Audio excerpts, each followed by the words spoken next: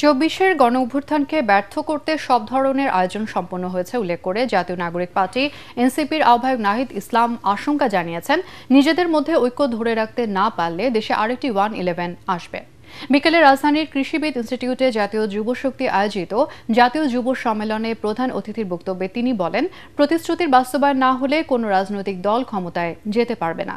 এ সময় নিজেদের বিরুদ্ধে মিডিয়া ট্রায়াল হচ্ছে বলে অভিযোগ করেন এনসিপি নেতারা। বিস্তারিত মাজহারুল হক মুহাজিরের রিপোর্টে। আন্তর্জাতিক যুব দিবস উপলক্ষে এই সম্মেলনের আয়োজন করে জাতীয় নাগরিক পার্টি এনসিপির যুবদের নিয়ে গড়া আলাদা শাখা জাতীয় যুব শক্তি। রাজধানীর কৃষিবিদ ইনস্টিটিউটের অডিটোরিয়ামে নানা দল, মত আর পথের মানুষের মিলন মেলা দেখা গেল এদিন। যেই লড়াইয়ের মধ্য দিয়ে শহীদ প্রেসিডেন্ট জিয়াউর রহমান ঘোষণা করেছে। সম্মেলনে উপস্থিত রাজনৈতিক দলের নেতারা বিভাজনের রাজনীতি ভুলে ফ্যাসিবাদের বিরুদ্ধে ঐক্যবদ্ধ থাকার তাগিদ দেন। ক্ষমতা নির্ভর, ক্ষমতা কেন্দ্রিক রাজনীতি লক্ষ্য হতে পারে না। 5 তারিখের পর আমাদের এই তরুণদের, এই যুবকদের, এই ছাত্রদের ভাবমূর্তিকে ক্ষুণ্ণ করার জন্য কিছু কিছু ক্ষেত্রে লোভ দেখা দিয়েছে।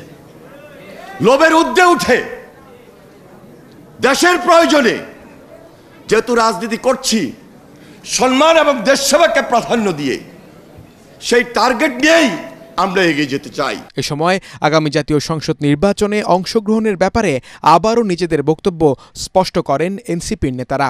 যে নির্বাচন মৌলিক সনদ ছাড়া, জুলাই সনদ ছাড়া হবে, সেই নির্বাচনে কি এনসিপি যাবে?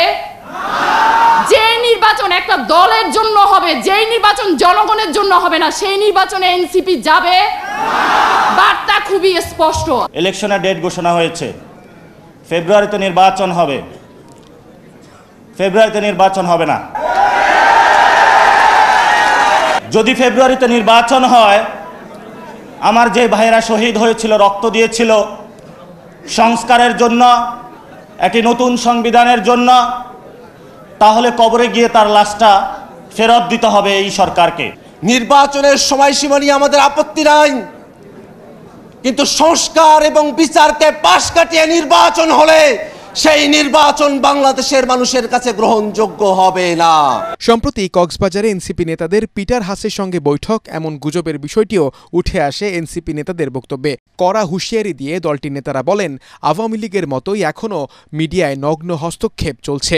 বাংলাদেশকে হারিয়ে দেওয়ার যে প্রচেষ্টা আমরা দেখছি, ফ্যাসিবাদদের সাথে মিলে গিয়ে, ফ্যাসিবাদীদের সাথে শক্তি সমন্বয় ঘটিয়ে যারা করার চেষ্টা করছেন, এই মিডিয়া স্ট্যাবলিশমেন্ট, এই আর্মি স্ট্যাবলিশমেন্ট, এই যত আমলাতান্ত্রিক জটিলতা আছে, এরা যারা একসাথে মিলে আমাদেরকে পরাজিত করবার চেষ্টা করছেন, সেটা সফল হতে দেওয়া যাবে না। আমরা চাই না মিডিয়াকে আর কেউ নিয়ন্ত্রণ করুক।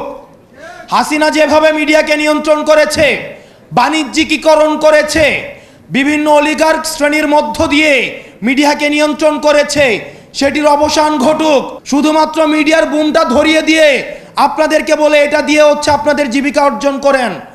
আপনাদের ওয়েজ বোর্ড নাই, আপনাদের নিয়মিত বেতনের কোনো ব্যবস্থা নাই। আমরা চাই আপনারা আপনাদের পক্ষে কথা বলুন, আপনারা গণমানুষের প্রতিনিধিত্ব করুন। কোনো এজেন্সির প্রতিনিধিত্ব করার দরকার নাই, কোন বর্জ্য শ্রেণীর প্রতিনিধিত্ব করার দরকার নাই। আপনারা বাংলাদেশের প্রতিনিধিত্ব করুন, বাংলাদেশ আপনাদেরকে ধারণ করবে। 3 বার ব্রেকিং ব্রেকিং ব্রেকিং দিয়ে ওই চ্যানেল 1, এই চ্যানেল 1 থেকে প্রথম এই প্রোপাগান্ডা পুরা বাংলাদেশকে, পুরা পৃথিবীকে গেলানো হয়েছে। আমরা এখন ওই চ্যানেলের নাম দেখে শান্ত থাকবো না। আমরা দেখবো ওই চ্যানেলের মালিককে।